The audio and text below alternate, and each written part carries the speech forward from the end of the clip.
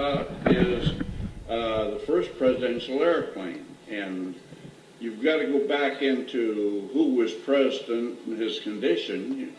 Roosevelt was president. Public did not know he was a cripple. He was in a wheelchair. And they would always prop him up and use different ways of concealing the fact that he was a cripple.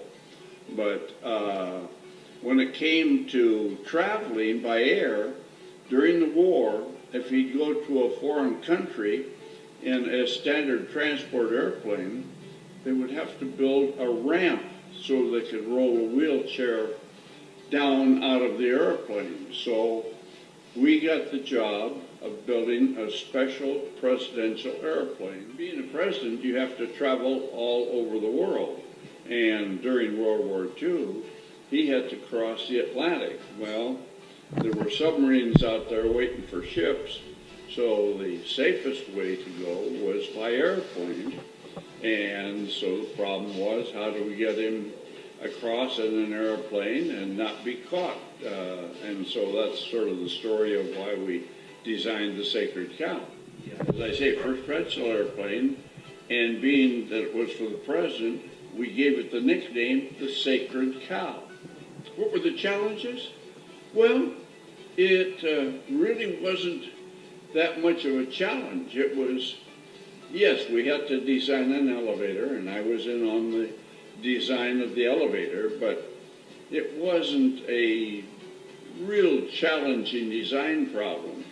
We designed an elevator in the back end of the fuselage, and it would go down to the ground.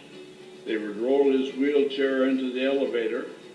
They'd raise it up to the cabin level, close the bottom of the airplane up, and roll him into his office. So when they got to a foreign country, there was no clue he was coming. Those ramps were clues the president was coming.